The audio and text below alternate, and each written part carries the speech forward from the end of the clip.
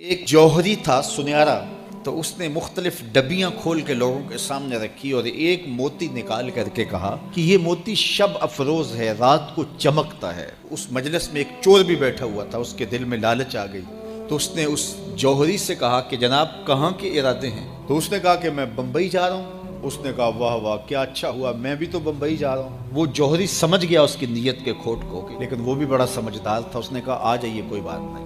سفر چلتا رہا، رات ہوئی، جب سامان اتارا اور سونے کی تیاری کی، وہ جو اس نیت سے ساتھ ہم سفر بنا تھا اس نے بھی اپنی قمیض اتار کے لٹکا دی۔ اس جوہری نے یوں کیا کہ نظر بچا کے وہ ڈبیا قیمتی موتی والی نکال کر کے اس کی جیب میں ڈال دی اور خود بے فکر ہو کے سو گیا۔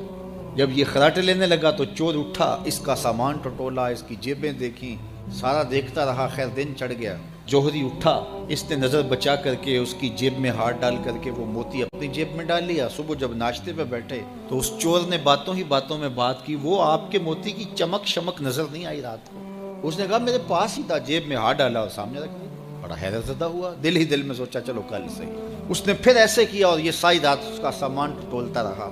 یہ سر پکڑ کے بیٹھ گیا، میں روز اس کی جیب ٹٹولتا ہوں، سامان بھی دیکھتا ہوں، یہ رکھتا کہاں ہے؟ اس نے کہا سچ بتاؤں میں تیرا ہم سفر نہیں تھا، میں چور تھا، اب آپ میرے بھی استاد نکلے، مجھے اتنا بتاؤ کہ یہ موتی آپ رکھتے کہاں تھے؟ اس نے کہا لوگوں کی جیبیں ٹٹولتے رہے، اپنی جیب میں ہاتھ ہی نہیں ڈالا۔ بلے شاہ اڈدیاں پھڑنے جڑا گھر بیٹھا ہے انہوں پڑھیا ہی نہیں۔ کہا تم کہاں اسے ڈھونڈ رہے ہو، ذرا اندر بھی اتر کے دیکھو، اندر اترو گے تو اس کا سراغ مل جائے گا، جب اپنے اندر اترو گے تو پھر سراغ زندگی نصیب ہو جائے گا۔